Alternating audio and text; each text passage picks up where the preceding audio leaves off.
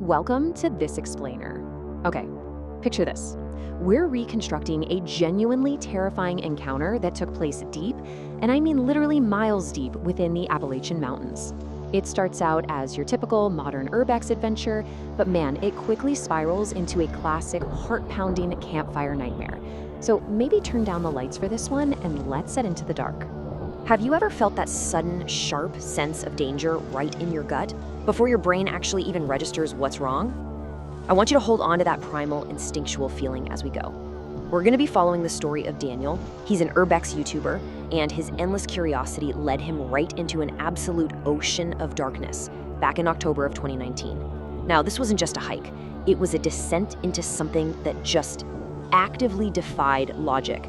So how did it all start? With a single anonymous email. There was no subject line at all, just a blurry photo, a set of GPS coordinates, and one sentence. There's an abandoned fire tower in eastern Kentucky nobody stays in overnight anymore. That was literally it. No explanation, no context whatsoever. Just this cryptic little dare hanging out there in the digital void, waiting for someone foolish enough to actually take it. Now Daniel, he was pretty used to the creepy and the forgotten. I mean, abandoned hospitals, ghost towns, collapsed mines. That was his standard internet fare. And because this kind of eerie content performs so well online, he thought absolutely nothing of that anonymous email. He chased scary stuff for a living, you know? He had never been genuinely frightened. So to him, this mysterious tower was just, well, another piece of content waiting to be captured. But the escalation from the totally ordinary to the extreme, it was shockingly fast. Just 4 days after opening that email, he was driving deep into the mountains. 6 hours in, the comforting pavement suddenly gives way to this treacherous mud. 30 minutes after that, he abandons the car entirely, hiking into just absolute silence. As he followed those GPS coordinates, the civilized world literally faded away behind him. It's like he was swallowed whole by these towering pines and this endless, breathing forest. There were no signs out there. No cabins, no people, zero phone signal. But the silence, it wasn't that peaceful kind you hope for on a nature hike, you know? Daniel actually noted that it was a physically uncomfortable, heavy quiet. It was almost as if the entire forest was holding its breath, just waiting for him to step further into the trap. When he finally broke through the tree line about 2 hours later, he found it, a rotting, ancient fire tower. But as he approached the base, something was deeply, deeply wrong. The metal staircase was covered in these massive, violent gouges, deep scratches carved right into the rust, looking as though something impossibly heavy and sharp had been forcefully dragged upward. He tried to brush it off as, I don't know, weather damage? But deep down, we know better, don't we? Okay, remember what we talked about. Primal fear is that instinctual, physical sensation your body gets before your conscious brain actually understands you're in immediate danger. Well, even as Daniel stood up there in that moldy observation cabin at dusk, filming his intro and joking to his camera, that primal fear had already taken root in his stomach. His body absolutely knew something terrible was out there, even as his brain was actively refusing to accept it. So the sun vanishes, the forest below turns into a pitch-black ocean, and then the deafening sound of heavy metal abruptly shatters the silence. It came from directly beneath him, echoing up that metal staircase. Utter stillness completely ripped apart by one violent, impossibly heavy sound. And then, another heavy impact. He just froze. A massive, slow footstep vibrated up through the rotting metal. His mind is just racing at this point. I mean, he hadn't seen a single vehicle for hours. They were miles off any sort of trail. Absolutely no sane human being would be out in this pitch-black wilderness at night, let alone climbing up the stairs of this specific tower. The slow, methodical steps just kept coming. With panic totally flooding his veins, Daniel grabs his flashlight and points the blinding beam straight down through the grating of the staircase. But the exact second that light hit the rusted metal, the climbing instantly stopped. There was nothing, just dead air. For a few agonizing seconds, there was only dead silence. And then, oh man, he heard it. Slow, wet, uneven. And it wasn't coming from outside or from the stairs down below. That distinct, ragged sound of something struggling to inhale, it was right behind him, inside the empty cabin. Daniel backed into a corner in pure, unfiltered panic, just staring into the dark of the cabin. Suddenly, a broken, ancient radio sitting on the desk, a radio with absolutely no power source, by the way, explodes with deafening static. And through the violent crackle, a voice whispers, "Don't look down." And then, just as quickly as it started, the radio died. But Daniel's insatiable curiosity somehow overrode his survival instinct. He disobeyed the warning, he looked out the window, straight down to the bottom of the tower. And staring right back up at him was a pale, impossibly long-armed entity, and it was wearing this wrong, wide smile. Before Daniel could even let out a scream, the thing scrambled up the metal stairs, moving with a violent, terrifying speed that no human body could ever possibly achieve. And then, sudden, suffocating silence again. Suddenly, the entire rotting metal structure began to shake violently under the sheer speed and weight of whatever was rocketing up those stairs. The vibrations snapped Daniel right out of his frozen state. Driven by pure adrenaline, he grabs his backpack, sprints out the cabin door, and throws himself down the stairs into the dark, desperately trying to escape. But about halfway down, the violent movement beneath him stopped. From the pitch blackness directly below, a voice called out to him. "Daniel, come down here." But here is the most terrifying part. It wasn't just a voice, it was his voice, perfectly, flawlessly mimicked by whatever was waiting for him down there in the dark. Every single hair on his body stood on end, as his last piece of modern security completely failed. The flashlight flickered and then died. The metal staircase just disappeared into the void. He was plunged into absolute consuming darkness. And just as the light faded, from somewhere in the black void directly below his boots, something began to laugh. As we wrap up this explainer, I really want to leave you sitting in the dark with one final thought. Are some abandoned places rotting for a reason? You know, perhaps our modern obsession with digital content and constantly pushing boundaries blinds us to the ancient warnings we were always meant to obey.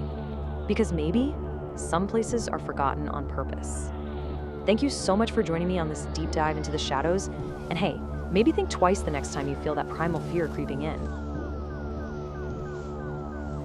Welcome to this explainer. Go ahead and pull up a chair, lean in close, and just imagine we're sitting around a dying campfire.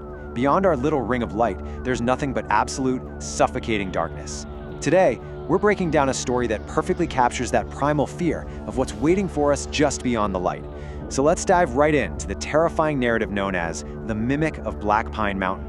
You know that feeling, right? Have you ever felt something watching you in the dark? It's pretty much a universal human fear. But for a guy named Daniel, it became a visceral, immediate reality. To really understand this account, you have to grasp the sheer isolation Daniel was dealing with. He was stranded on this rusted metal tower in the dead of night. His flashlight had completely died. The staircase below him just vanished into pitch black. He couldn't see a single thing. But the real horror of this situation wasn't what he couldn't see. It was what he could hear. Section 1. The Dark Staircase. Trapped in the pitch black. So Daniel is pressed up against this rusted railing, his heart pounding so hard it's almost deafening. But underneath that sound, coming from somewhere in the absolute blackness of the stairs beneath him, something was breathing. And this breathing, it wasn't panicked at all. It was deliberate. It was slow. It was heavy, carrying this really sickening, guttural sound to it. Honestly, it just sounded wet. And worst of all, it was patient. Whatever was making the metal stairs creak directly underneath him was in absolutely no rush. The whole tower just groaned. Clang, clang, clang. The footsteps were climbing closer, but they were so incredibly careful, almost like the thing in the dark knew Daniel had lost his light and was completely at its mercy. With shaking hands, Daniel finally manages to dig a tiny backup flashlight out of his bag and flicks it on. He points the beam straight down the staircase. There's no figure down there, no movement, but the physical evidence is right in front of him.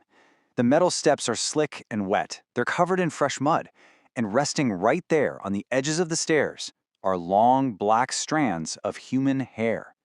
He stumbled backwards so hard he practically fell through the railing. Section 2. Stolen Voices. The Darkness Speaks.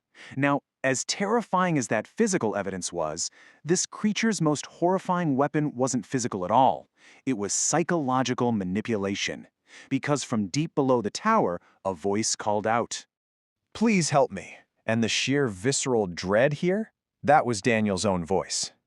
The mimicry was literally flawless. It sounded exactly like him crying out from the darkness. It had the exact same tone, the exact same breathing, the exact same fear. So think about what that really means.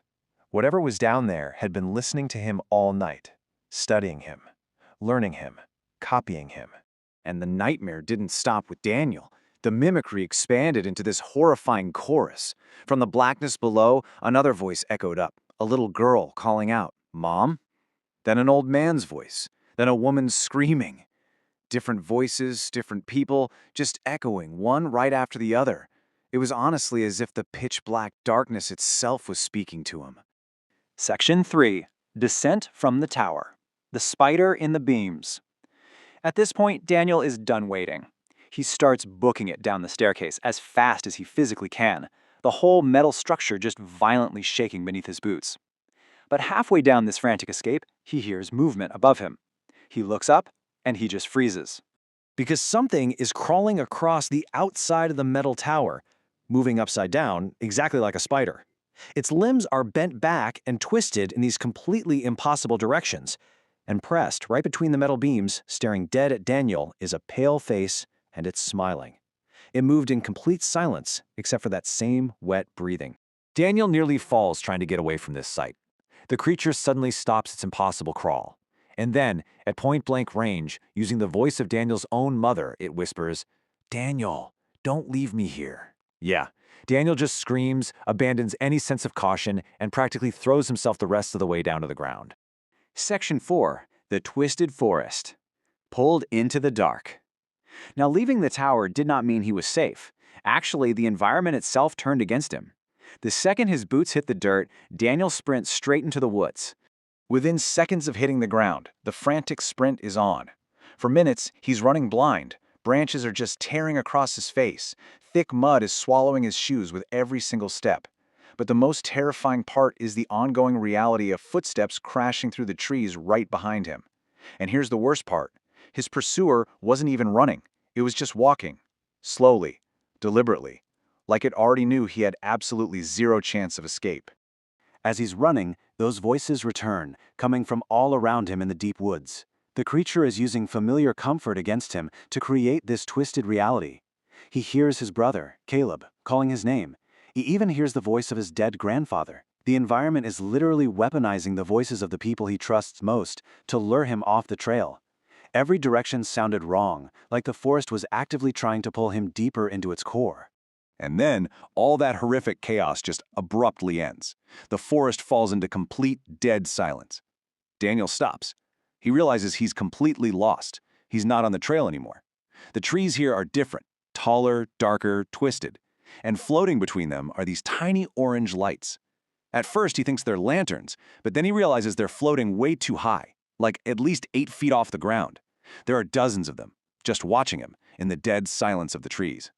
Then, in a fraction of a second, every single orange light disappears at the exact same time.